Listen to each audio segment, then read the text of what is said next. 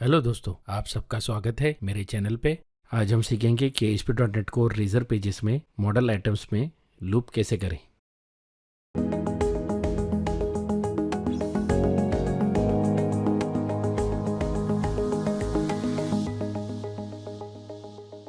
इस वीडियो में मैं नॉर्थविंड डेटाबेस का इस्तेमाल कर रहा हूँ। इसकी जानकारी आपको राइट हैंड साइड के वीडियो में मिल जाएगी। तो चलिए शुरुआत करते हैं।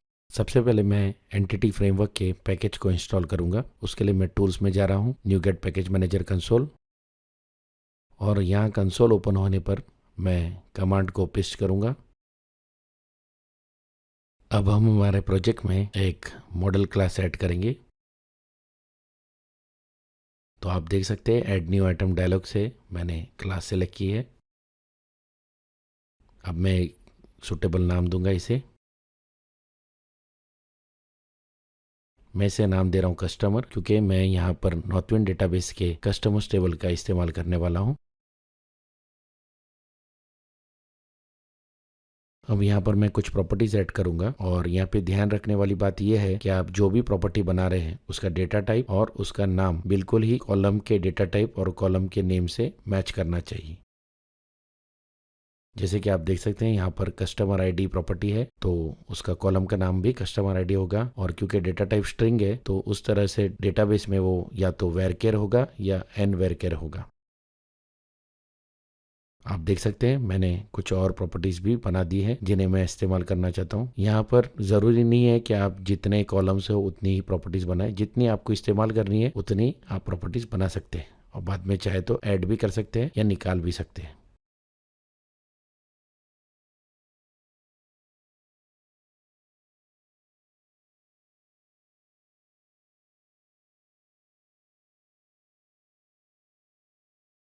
अब हम डेटाबेस कॉन्टेक्स्ट क्लास बनाएंगे, जिसके लिए मैं प्रोजेक्ट में एक नई क्लास ऐड कर रहा हूँ।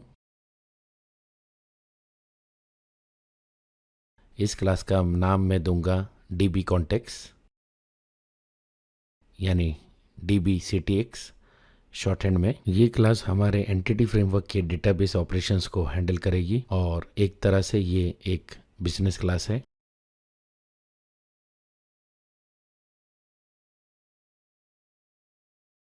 अब हम कुछ नेम स्पेसेस ऐड करेंगे। सबसे पहले मैं एंटिटी फ्रेमवर्क कोर की नेम स्पेस को ऐड कर रहा हूँ, Microsoft.Entity Framework Core।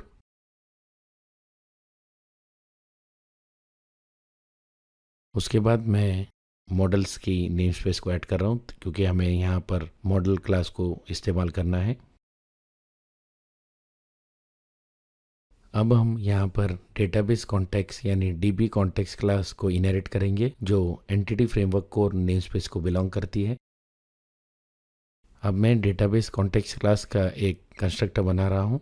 ये सारी चीज़ें स्टैंडर्ड है और हर प्रोजेक्ट में कॉमन ही रहेगी। होता ये था कि MVC या ASP.NET वेब फॉर्म्स में ये सारी क्लासेस ऑटोमेटिकली क्रिएट कर दी जाती थी, पर हमें कोर में इन्हें खुद क्रिएट करना होता है। तो बेसिकली ये स्टैंडर्ड है, आपको इसे सिर्फ फॉलो करना है।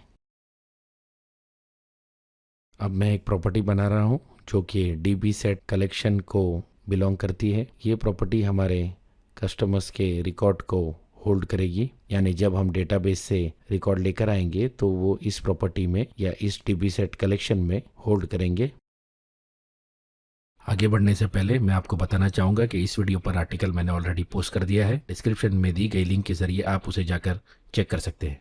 साथ साथ वहाँ पर आपको सोर्स कोड की डाउनलोड लिंक भी मिल जाएगी, और यदि आपको इस ट्यूटोरियल के रिलेटेड कोई डाउट है तो आप हमें फोरम पर पूछ सकते हैं। आप सभी से निवेदन है कि आप मेरे चैनल को सब्सक्राइब करें और बेल आइकन दबाना ना भूलें। अब मैं ओपन करूंगा appsettings.json, जहां पर मैं कनेक्शन स्ट्रिंग को डिफाइन करूंगा। यहाँ पर मैं एक न्यू कनेक्शन स्ट्रिंग ऐड कर रहा हूँ जो कि नॉर्थविंड डेटाबेस को कनेक्ट करेगी। आप देख सकते हैं मैंने की का नाम माइकॉन सेट किया है। इसका इस्तेमाल हम आगे चलकर startup.cs में करेंगे।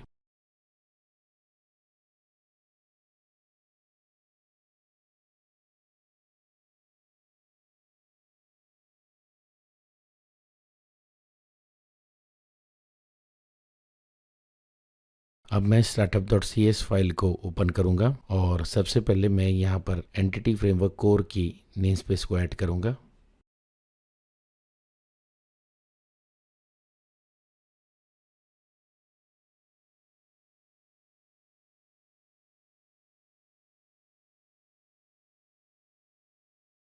अब मैं आई कॉन्फ़िगरेशन इंटरफेस की एक प्रॉपर्टी बना रहा हूँ और बाद में जाकर मैं स्टार्टअप कंस्ट्रक्टर के अंदर उसे इनिशियलाइज करूँगा।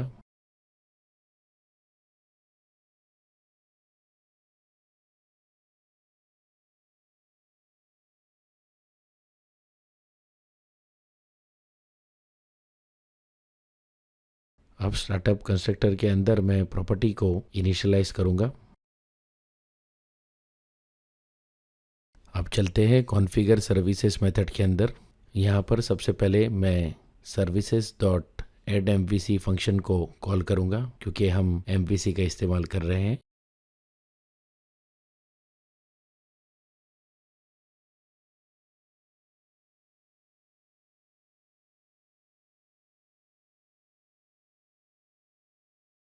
उसके बाद मैं एक वेरिएबल बना रहा हूँ कनेक्शन स्ट्रिंग को फैच कर स्टोर करने के लिए, और मैं कॉन्फ़िगरेशन प्रॉपर्टी का इस्तेमाल कर कनेक्शन स्ट्रिंग को उसके की के मदद से app settings dot JSON file से रीड कर रहा हूँ।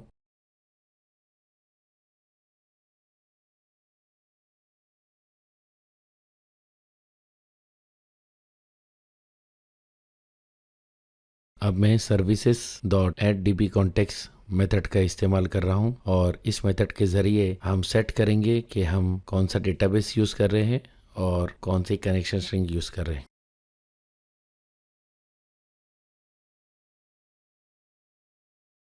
तो आप देख सकते हैं यहाँ पर मैं ऑप्शंस में यूज़ SQL सर्वर फंक्शन को कॉल कर रहा हूँ लैम्डा एक्सप्रेशन का इस्तेमाल करके, और उसमें कनेक्शन स्ट्रिंग जिसे हमने फेच किया था उसे पास कर रहे हैं। इसी के साथ हमारा startup.cs क्लास का कोड कंप्लीट होता है।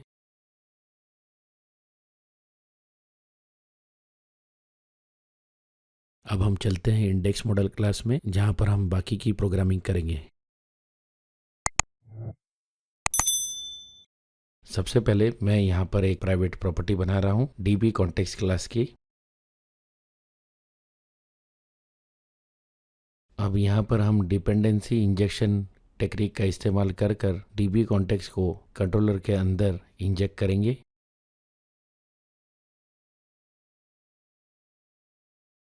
अब मैं एक और प्रॉपर्टी बना रहा हूँ, पर यह एक पब्लिक प्रॉपर्टी है। ये प्रॉपर्टी होगी कस्टमर क्लास का एक लिस्ट कलेक्शन। हम इस प्रॉपर्टी के अंदर डेटा को फिल करेंगे और बाद में उसे रेजर पेज पर एक्सेस करेंगे।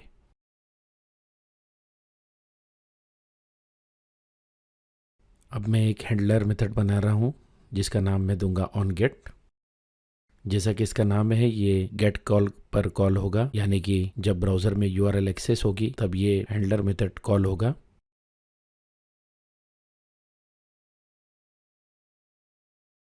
अब इस मेथड के अंदर हम हमारे जेनरिक लिस्ट कलेक्शन को डेटा से पॉपुलेट करेंगे।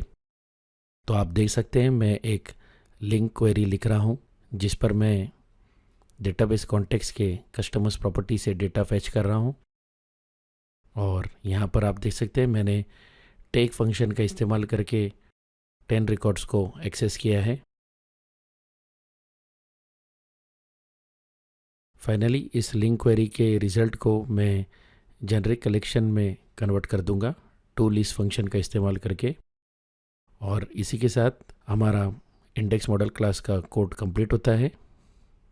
अब हम चलते हैं हमारे रिजर्व पेज पे जहाँ पर हम बाकी की प्रोग्रामिंग करेंगे।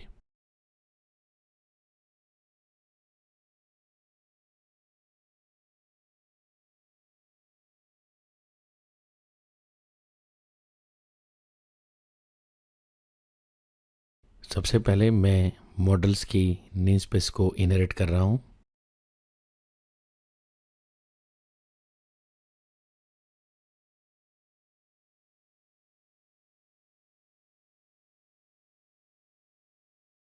अब यहाँ पर डेटा डिस्प्ले करने के लिए मैं एक HTML टेबल का इस्तेमाल कर रहा हूँ। अब आप देख सकते हैं मैंने कुछ हेडर एलिमेंट सेट किए हैं और ये सारे फील्ड्स है जिन्हें हमें डिस्प्ले करना है।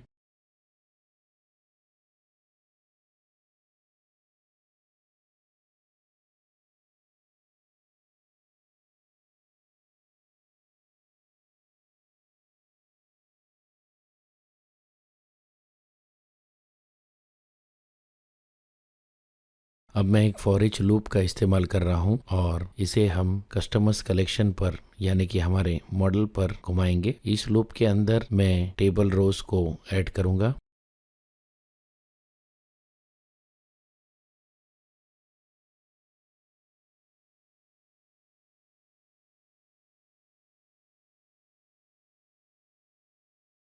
आप देख सकते हैं यहाँ पर मैं पहला सेल ऐड कर रहा हूँ कस्टमर आईडी के लिए। बिल्कुल उसी तरह मैं दूसरा सेल ऐड कर रहा हूँ कॉन्टैक्ट नेम के लिए और इसी तरह मैं सिटी और कंट्री के लिए भी एक एक सेल ऐड करूँगा।